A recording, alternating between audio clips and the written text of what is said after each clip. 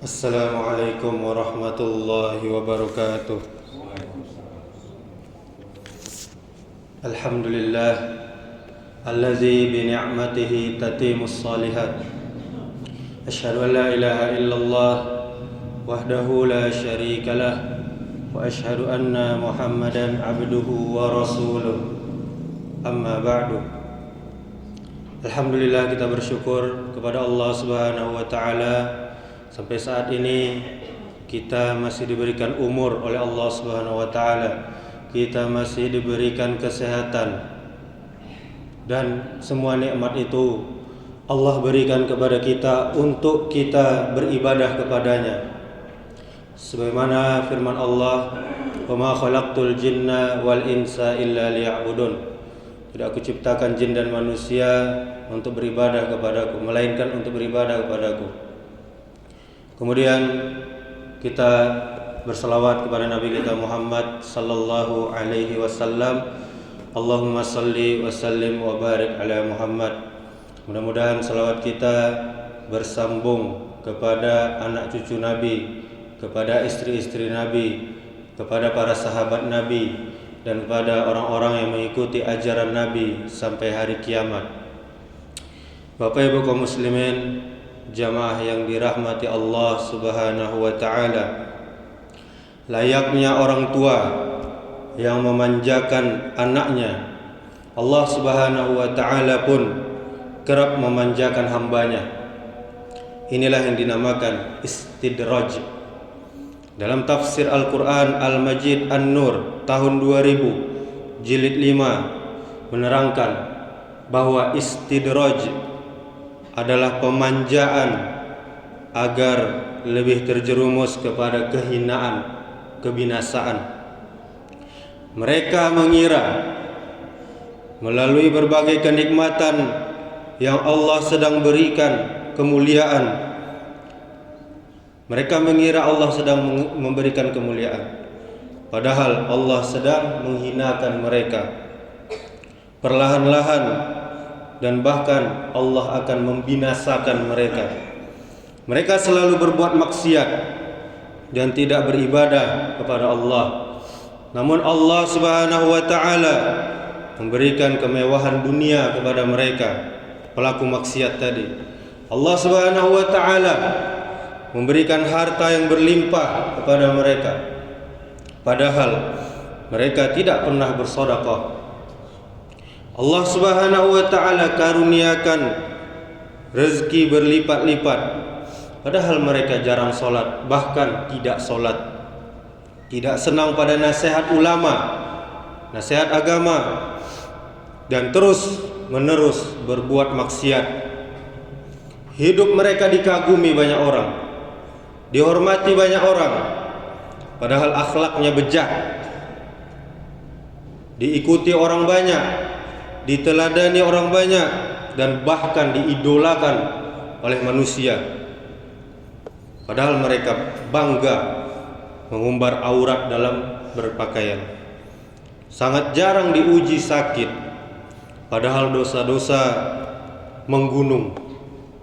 Tidak pernah diberikan musibah, padahal gaya hidupnya jumawa, meremehkan sesama, angkuh, dan berbagai kesombongan lainnya. Allah Ta'ala berikan anak-anak yang sehat kepada mereka, anak-anak yang cerdas, padahal Ia memberi makan anaknya tadi dari hasil korupsi, dari hasil yang haram, hasil riba, dan lain-lainnya.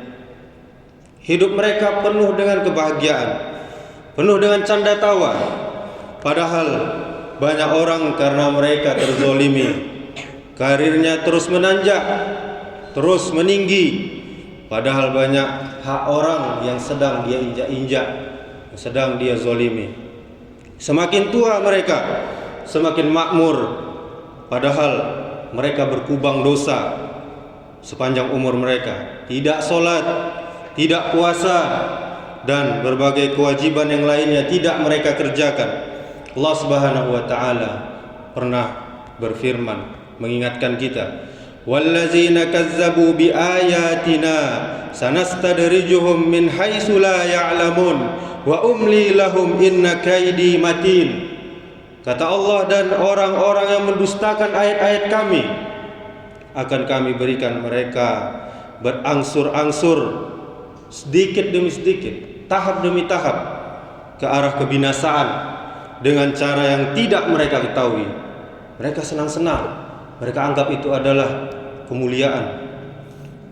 Dan kata Allah, aku akan memberikan tenggang waktu kepada mereka pelaku maksiat tadi. Sungguh rencanaku, kata Allah, sangat teguh. Ini bisa kita cek dalam surah Al-A'raf ayat 182 sampai 183. Bapak Ibu Saudaraku jamaah yang dirahmati Allah, istidraj itu yang berakar kata dari daraja, yang secara bahasa berarti tangga, meningkat sedikit demi sedikit, tahap demi tahap, ataupun perlahan demi perlahan. Sedangkan secara istilah berarti kenikmatan materi yang diberikan kepada seseorang yang secara lahir, secara tampak semakin bertambah, tetapi kenikmatan yang bersifat imaterial semakin dikurangi atau dicabut, sementara dia tidak sadar. Secara lahiriah, secara tampaknya kemewahan duniawi Allah berikan kepada mereka, namun secara batinnya perintah ketakwaan dari Allah diabaikan, dia tidak kerjakan. Kemudian Nabi kita sallallahu alaihi wasallam pernah bersabda dari Uqbah bin Amir dari Nabi sallallahu alaihi wasallam, Nabi kita bersabda, jika kamu melihat Allah Subhanahu wa taala memberikan kemewahan dunia kepada hamba-hambanya yang suka berbuat maksiat, suka melanggar perintah Allah, maka itulah yang disebut istidraj. Kemudian Nabi kita membaca firman Allah surah Al-An'am ayat 44 yang artinya, maka tatkala mereka melupakan peringatan yang telah diberikan kepada mereka, kami pun membukakan semua pintu-pintu kesenangan, kata Allah, untuk mereka, sehingga apabila mereka bergembira dengan apa yang telah diberikan kepada mereka, kami siksa mereka dengan sekonyong-konyong. Maka ketika itu mereka terdiam dan mereka putus asa. Hadis riwayat Ahmad. Kemudian kaum muslimin, ulama Minangkabau Buya Hamka di dalam tafsirnya Al-Azhar jilid 3 pernah menjelaskan bahwa istidraj menurut Quran surah Al-An'am ayat 44 tadi bermakna yaitu dikeluarkan dari garis lurus kebenaran tanpa mereka sadari. Allah Subhanahu wa taala memperlakukan apa yang Dia kehendaki. Dibukakan segala pintu kesenangan hingga orang tersebut lupa diri. Bila kita analogikan, ibaratnya tidak ingat bahwa sesudah panas, pasti ada hujan. Sesudah lautan tenang, pasti ada gelombang yang akan datang. Mereka dibiarkan berbuat maksiat dengan hawa nafsunya, sehingga mereka terus jatuh kepada kesesatan yang jauh. Lalu siksaan Allah Subhanahu wa taala datang dengan sekonyong-konyong. Allah melakukan pembiaran atas maksiat yang mereka lakukan, membiarkan mereka senang terus-menerus sehingga mereka lalai, hingga pada saatnya Allah Ta'ala akan mencabut semua kesenangan tersebut sampai mereka terbengong, tercengang di dalam penyesalan yang terlambat. Hal ini juga kita lihat kisah zaman dahulu yang ditimpa oleh Fir'aun dan Qarun. Fir'aun diberikan oleh Allah kekuasaan, tetapi tetap jumawa. Akhirnya Allah Subhanahu wa taala tenggelamkan dia karena kepongahannya, kesombongannya. Dia menjadi manusia yang sombong dan menentang, bahkan dia mengaku sebagai Tuhan. Akhirnya dia mati, Allah tenggelamkan di dalam laut bersama pasukannya, bala tentaranya, ketika dia mengejar Musa dan Bani Israel. Kemudian Qarun adalah salah satu orang yang hidup pada zaman Nabi Musa juga alaihissalam. Awalnya Qarun adalah orang miskin, gak punya apa-apa.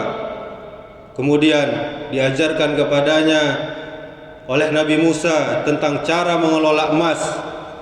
Dalam waktu yang singkat dia pun menjadi kaya raya dengan mempunyai banyak emas dan harta melimpah. Akan tetapi lambat laun dia mulai lupa kepada Allah Subhanahu wa taala. Qarun dengan kelalaiannya pun dibinasakan dan dia ditelan bersama harta-hartanya ke dalam tanah. Nauzubillah. Kita berlindung kepada Allah dari istidraj yang akan menghinakan kita, yang akan membinasakan kita. Demikianlah, semoga bermanfaat. Subhanakallahumma wa bihamdika asyhadu an la ilaha illa anta astaghfiruka wa atubu ilaik. Wassalamualaikum warahmatullahi wabarakatuh.